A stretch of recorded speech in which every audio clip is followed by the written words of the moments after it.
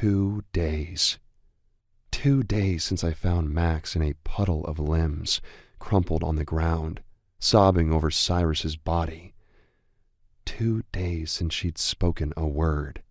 To anyone.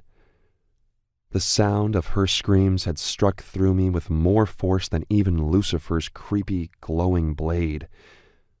But something about this silence was even worse. It felt more permanent, more irreparably broken.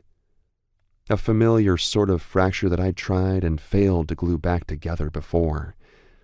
That kind of pain didn't come with any magical cures or easy fixes. Grief was a bitch.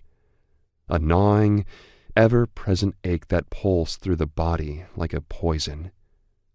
It'd quiet down, eventually, but it would always be there, flowing through her veins, reminding her that it was there whenever she got comfortable enough to forget. Seeing her go through that, it felt like I was going through it myself. Her pain, an extension of my own. "I can't even reach her in my sleep." Wade's voice cracked as he leaned against the wall. He slid down it, like his body just couldn't hold his weight anymore, until his ass landed with a dull thud on the worn carpet next to Darius. Whatever animosity remained between the two of them had dissolved the moment they found Max. It was like a mutual understanding had bloomed where only anger had been before. Both of them were suddenly bonded over a common goal, making the shadow hovering over Max's head disappear. Only problem? None of us knew how to accomplish that.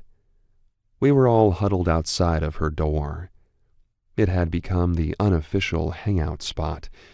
We could be close without crowding her, all of us desperately waiting for something.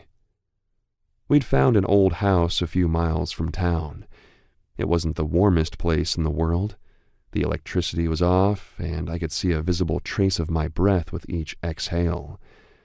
And every time I inhaled, I could feel a new layer of dust coating my lungs.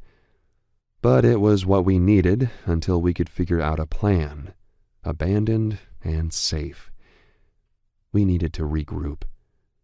To figure out what the fuck we were supposed to do now. I sure as hell didn't have any ideas. "This close to her?"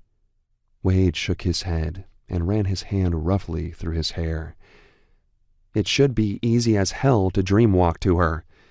If I can reach her there, maybe I can get her to open up. Dreamwalks have a way of doing that sometimes."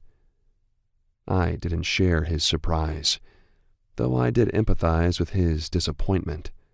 She hadn't spoken to any of us. Not since we pulled her fingers, one by one, from where they clutched onto Cyrus's arms like a metal vice.